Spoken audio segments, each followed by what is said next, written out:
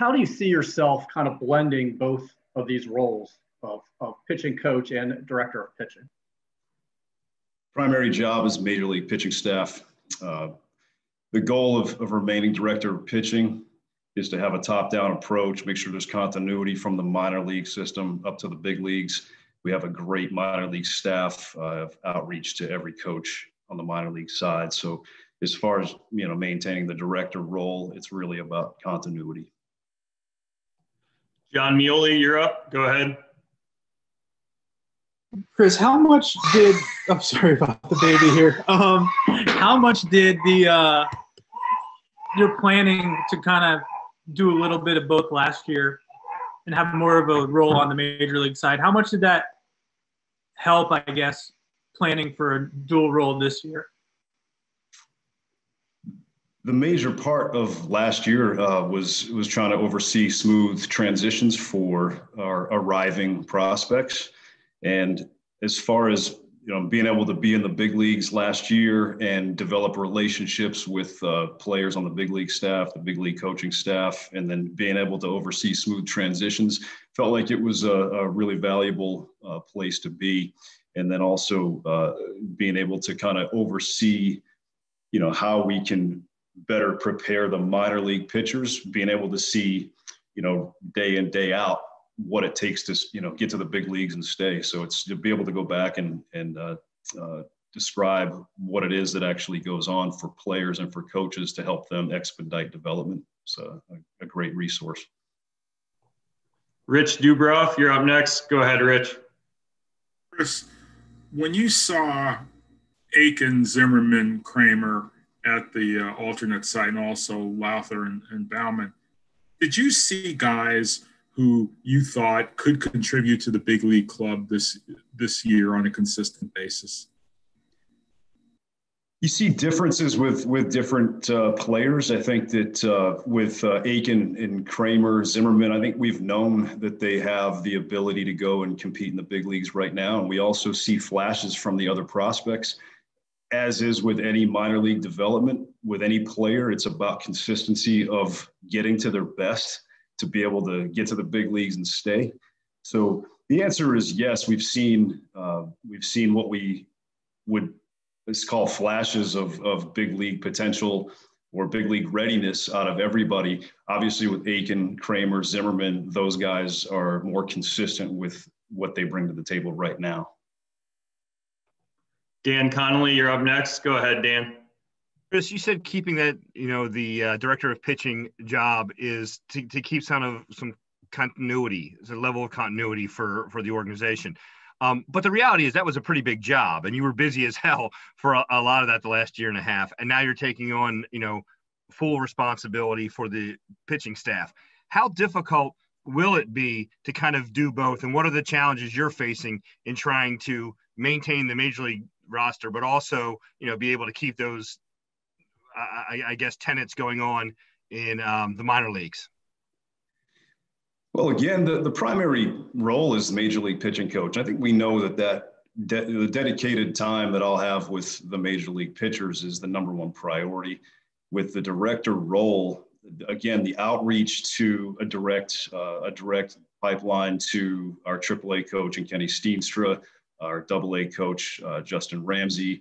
And as far as, being able to be involved in the day in, day out on the minor league side, I don't envision that being the case. What we really want to do is maintain a top-down approach and make sure that we have the continuity from the things that we've built thus far continue with this year. And obviously, with the demand of the job for the major league pitching staff, that will take priority. Steve Molesky, you're up next. Go ahead, Steve. So, Chris, in a 162-game season, obviously you'd love for your starter to give you 150 to 200 innings. More than that, if everything broke right. In a 60-game season, the innings pitched leader last year at 52.1. How far can you bump guys up this year? Yeah, it's a big question going on in the industry right now. And I think that everybody's consulting with medical and strength and conditioning, sports science. As far as what we know we have going into 2021, it's always going to be a real-time read whether they're coming off of a season where they threw 150 or a season where they threw 75 innings. And so as far as consulting regularly with our medical staff, strength and conditioning, sports science, we will have a proactive approach towards managing innings, recovery, and workload on 2021. David Loria, you're up next. Go ahead, David. Hey, Chris. You obviously do a lot with data and technology. What misperceptions do people tend to have when they hear about that aspect of pitching development? I think there's a lot of people who are starting to understand that it's more of a normal component of development now than perhaps before. And I think that the same way that we've always, getting used to cell phones and getting used to the internet and, kids going from looking at chalkboards in a classroom to looking at smart boards in a computer in a classroom, there's just an adjustment period that everybody goes through when technology or information enters into the day-to-day. And so at this point, misconceptions, I think, are still going to happen, but realistically, players are the ones who are seeking these things out. It's up to the coaches and the people in development to be able to meet the demand that players need and how they're best able to learn. And so I think that, in a lot of cases, they've looked at this as like, this is being forced on players. I think players are really engaged with it and know how to adapt and know how to use it to their advantage. Right. Yeah. A quick follow-up on that. And what about on the player end? Do you have players inexperienced in this who will come in and say, this TrackMan reading shows me this, I'm seeing this on Hawkeye. How do I change this? Is it as simple as changing a grip, or is there a lot of stuff like sequencing and location involved in that equation to make that a more actionable pitch? Yeah, so I think the real question here is, how do you apply the information? And again, I think it comes down to two simple things. Every player has a dosage that they can handle that actually helps them. And then there's also how to apply the data or how to apply the information in the right way with a feel for that player and what's going to help him right there and now and for the short-term plus long-term development. And so when it comes to improving pitches or improving the delivery, being able to just apply simple information and boil it down.